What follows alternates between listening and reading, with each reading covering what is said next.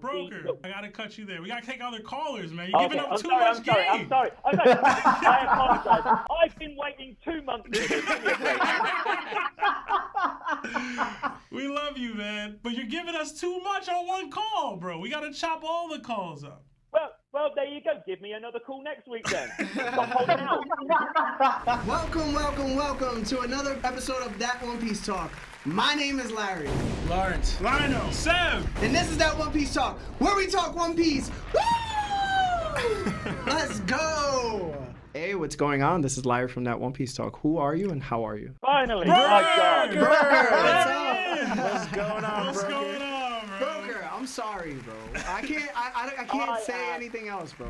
It's all good. It's all good. So, because it's been so long, I just got to run through a few points just really quick, right? Okay. So, I know you guys have been harping on the fact that how evil, like, the 𝗁𝐴𝐴 are and stuff like that, but the 𝗁𝐴𝐴 are not the most evil people in the world. We know who the most evil people are, don't we? Who? It's Celtics fans.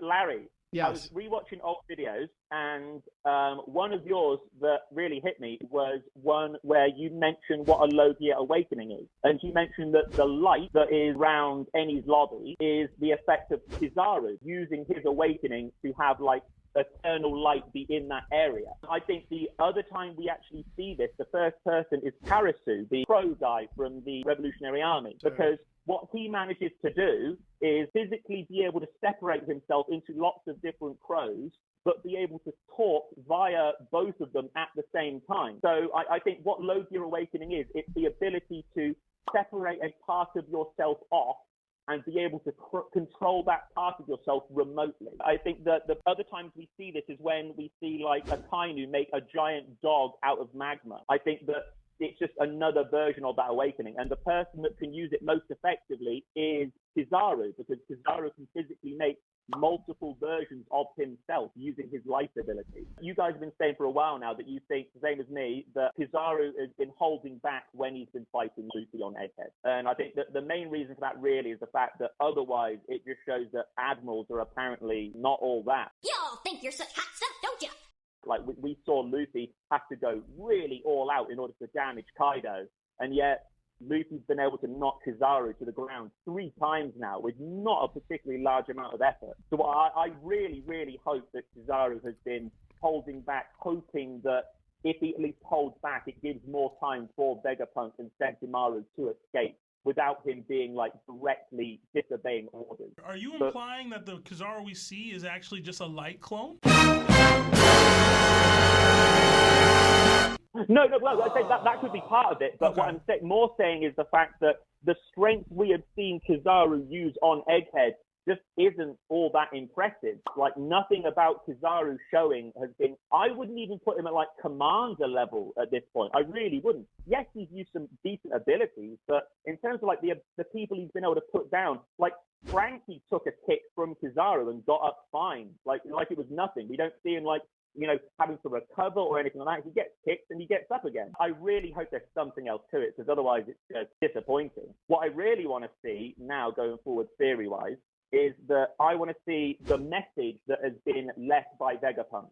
I want that to be what finally makes Kizaru, like, come to his senses and realize that he can't keep following these people. Whatever the piece of information is that Vegapunk leaves, whether it's about Emu or something like that, whatever it is, I just hope that it's enough to push Kizaru. Kizaru now can't even look Vegapunk in the eye. Like, he can't even look at him when he's talking to him. So we know that there's some emotional bond between the two of them, that Kizaru at least feels bad about what he's being forced to do. Like Sentomaru as well. Like, Sentomaru has already, Kizaru has already begged Saturn, saying, do we really need to kill Sentomaru? And Saturn's been like, yeah, kill everybody.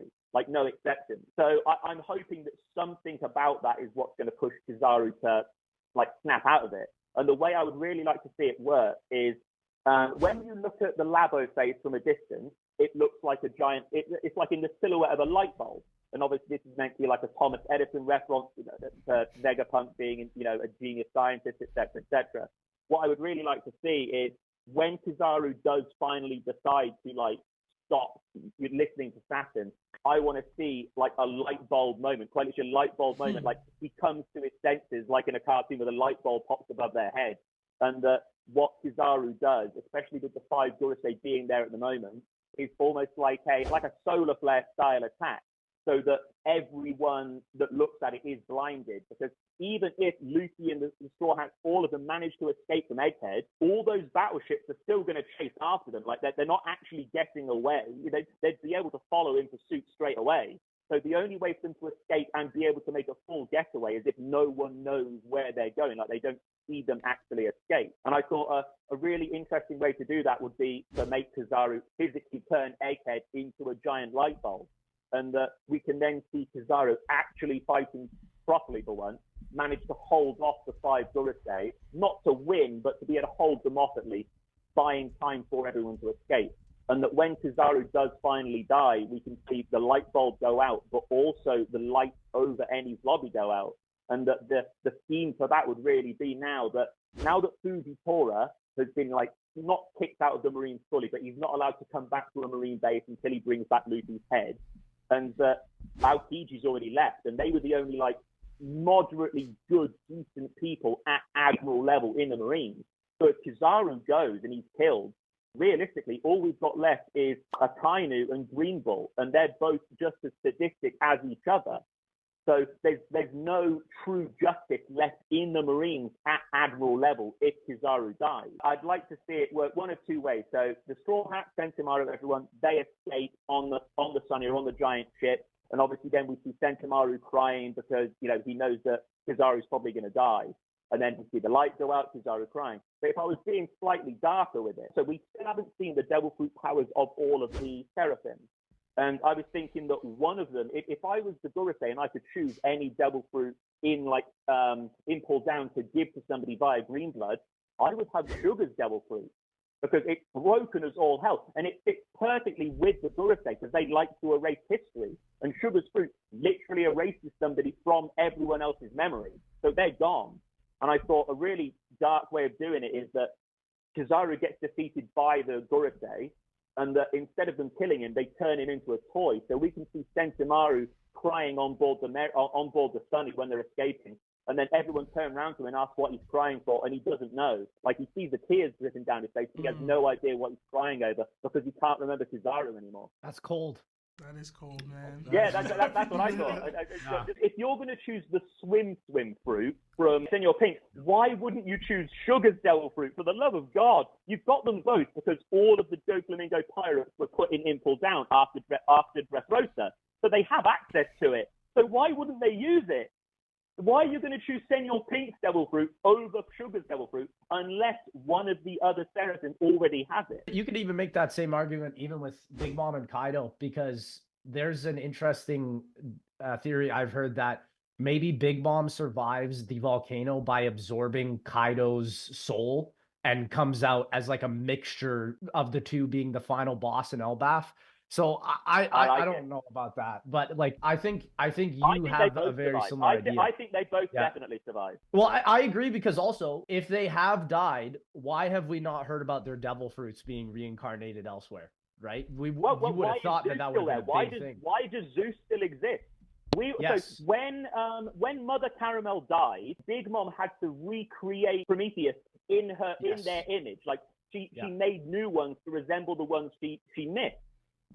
They clearly disappeared when Mother Caramel died. So why is Zeus still around? Why does Zeus still exist? Yeah, that's true. No, I think personally that Oda is saving Big Mom as the true antagonist of 𝗷𝐵, because she's already the antagonist of the people of 𝗷𝐵, of the Giants. Yeah. Literally already from her backstory.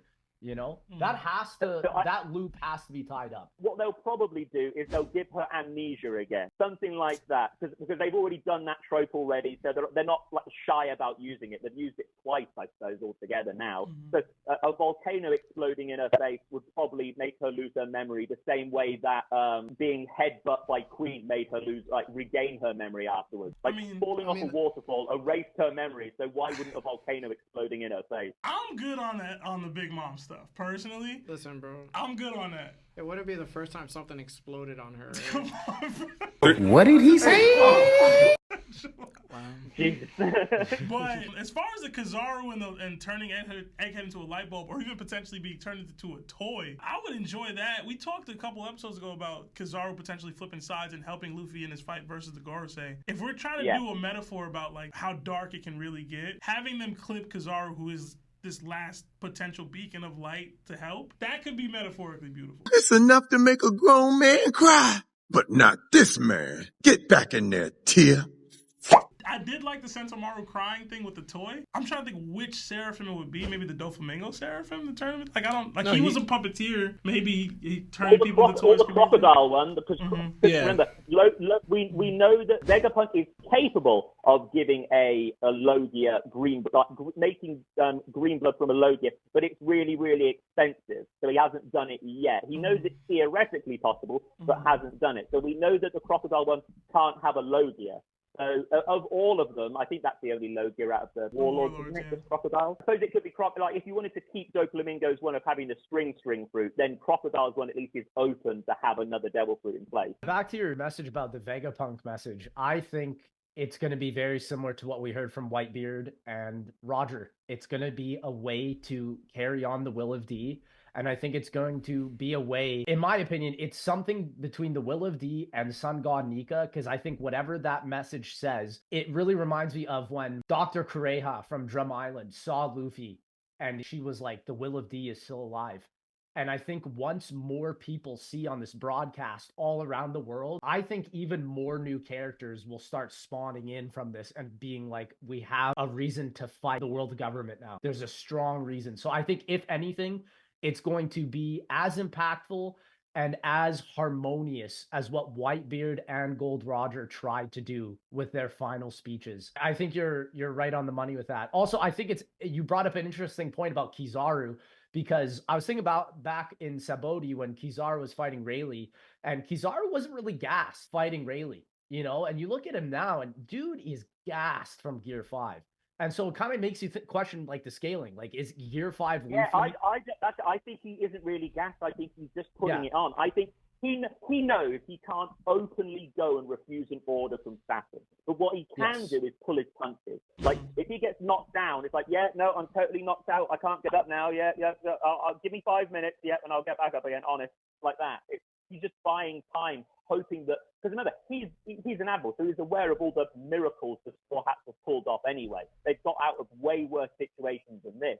So doing it again isn't beyond their ability. It's just something he's trying to buy time for them to do. I don't think we see the end of Kizaru, and I don't think we see the end of Big Mom either. It depends on whether or not Broker. Wano. Go ahead. I gotta cut you there. We gotta take other callers, man. You're giving up too much game. I'm sorry. I apologize. I've been waiting 2 months for this. We love you, man. But you're giving us too much on one call, bro. We gotta chop all the calls up. Well, there you go. Give me another call next week then. Stop holding out.